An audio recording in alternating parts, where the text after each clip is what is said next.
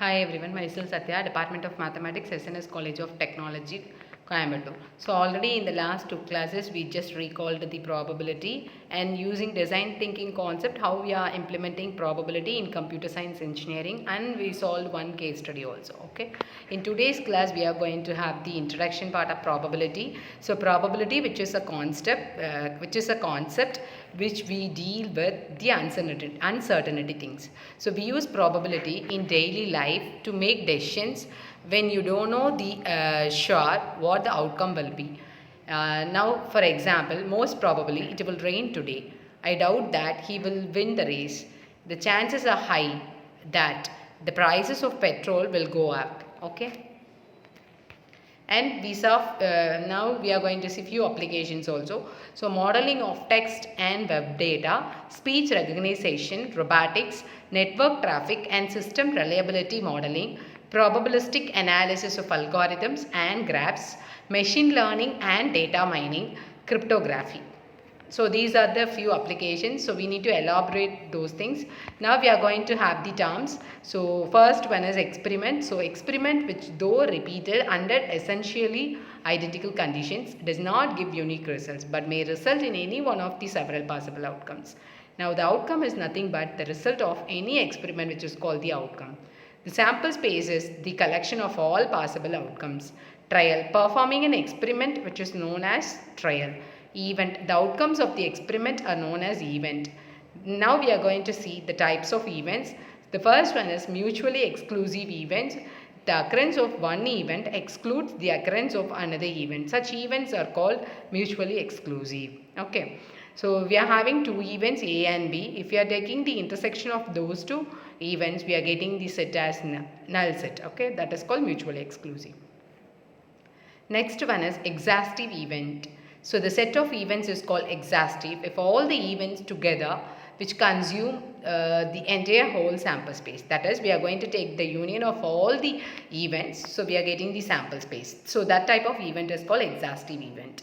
Independent event. If the occurrence of one event has no influence over the occurrence of the other event.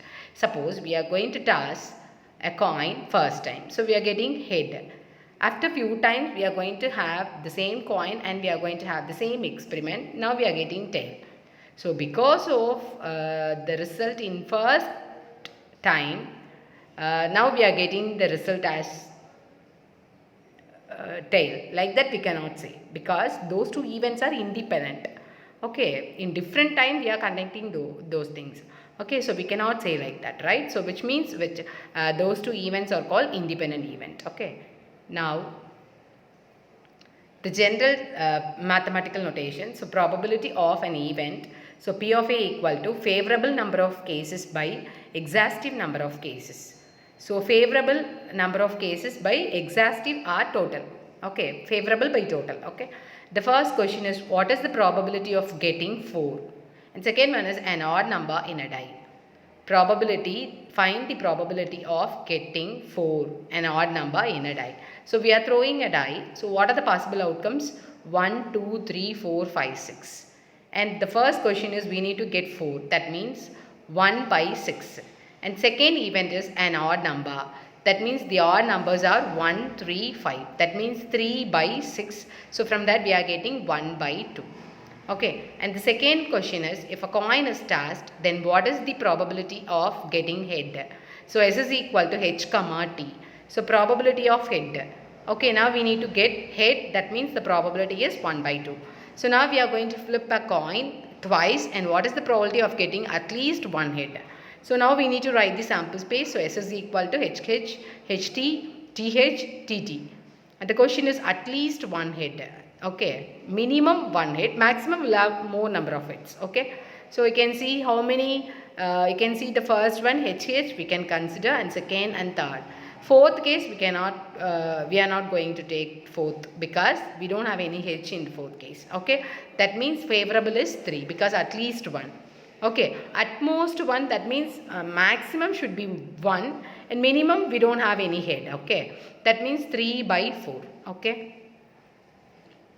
The next thing is axioms of probability. So the basic thing is we are having three axioms in probability. First, for any event, the probability of any event, it should be greater than or equal to 0.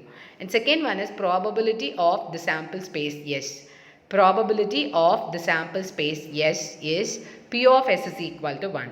If A1, A2, etc. are disjoint events, then probability of A1 union A2 union etc. equal to P of A1 plus P of A2 plus etc. Okay. So the first thing, probability of any event is greater than or equal to 0. Second one, probability of the sample space is 1.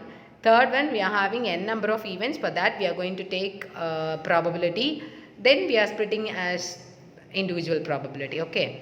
So now the results are the basic formulas. Okay. That was we will see in the next class. Okay. Thank you.